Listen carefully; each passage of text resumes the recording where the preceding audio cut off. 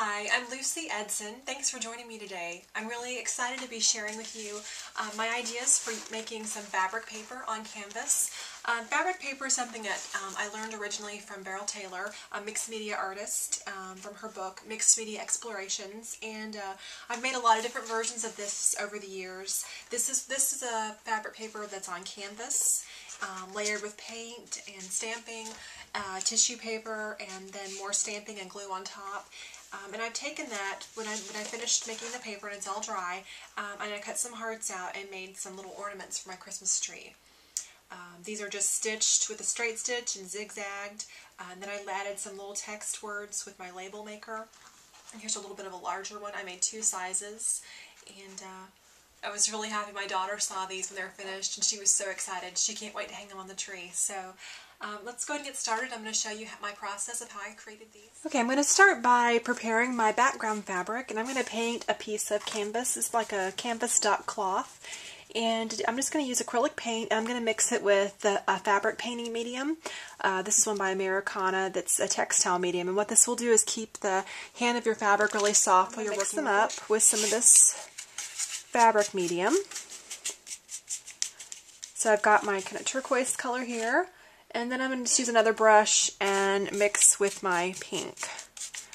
Really just very fast and kind of messy, so just don't even worry about that.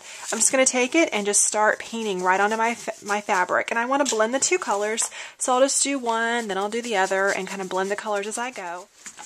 Alright, I've let my canvas dry, and you can see that the hand of the fabric is still really nice and soft, and it has a beautiful glitter now, so I'm really excited to start working with the next layer. And I'm going to just use a text stamp that, this is just a random text, like a script, and I'm just going to stamp directly onto the fabric because I want it to have an imperfect impression. I'm going to be using black Stays-On ink for this. I'm just going to ink up the stamp and just start randomly stamping just to add a layer of some text. I think a felt tip one will work better, so here we go.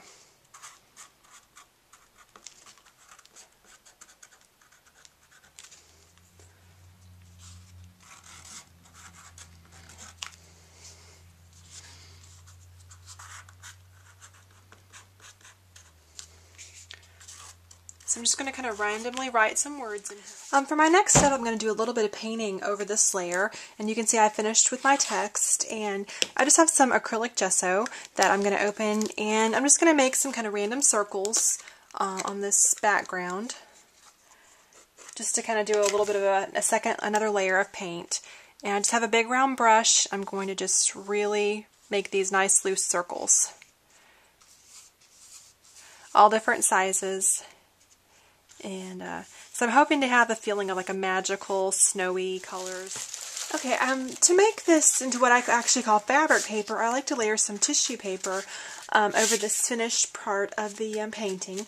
And I either would just use plain white tissue paper, and I would stamp images onto it before doing this, or I have this really beautiful Christmas tissue left over from last year that I'm going to use. And I'm going to kind of go ahead and crumple it up some because I want it to have a crumply finish as I put it on over the background.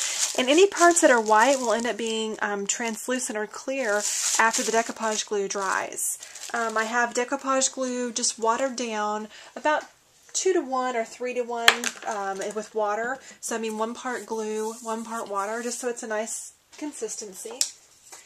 And the first thing I'm going to do is I'm just going to use a big soft brush, and I'm going to just coat my fabric. I lay my tissue paper on top of that, and I'm going to let it be kind of wrinkled and crumpled up. It's going to hang over the edges, and I'm just going to kind of work it in. So then I'm going to get more glue and do a second layer over the top, and just kind of just let the wrinkles, like I said, stick in there, and just kind of keep working it. Okay, I want to just play up a little bit of the texture on this, and this is all dry now, and you can see how the colors are showing through from beneath, and it's just a little bit like too much of an all over pattern, so I want to cover a little bit of that up.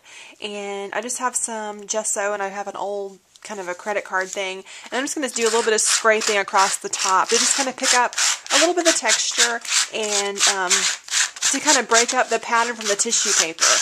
I'm just going to kind of work this over it and just add this layer. And now that that layer of gesso's dry and kind of wiped away some, I'm going to pick up my two paints that I had before, the turquoise and pink, and I'm just going to just squirt a little bit over here to the side, and I'm just going to pick up and highlight a few of the areas that I would like to stand up a little more. Just a little bit of dry brushing with these to kind of bring this color up a little bit more onto the top layers. Okay, I'm going to add one final touch to this fabric paper before I am ready to cut it out to make my ornaments. And you can see it's really flexible and it's going to be really easy to still stitch through. I've done just one more layer of stamping over the top, and then I have just some crystal glitter paint that I want to add to the top. And I'm just going to kind of, just squirt some around a few areas and then just blend it on, because I think that I just want a little extra special sparkle on it. Well, I've got my fabric paper all finished now, and I'm really loving the results of all the colors and the shimmer and shine. So next I'm going to cut out my ornament shapes, and I'm going to do hearts that I want to hang on my Christmas tree. I want them to be matched up, so I'm just going to go ahead and probably just tear some strips, or just cut a couple strips here about the width of it, so that I can. So here is a strip. I'm just going to fold this in half so that I can cut two hearts that will match up, so that when I stitch them together, they will, line up. And I'm just going to free cut a heart. And you can save all your scraps for other projects. And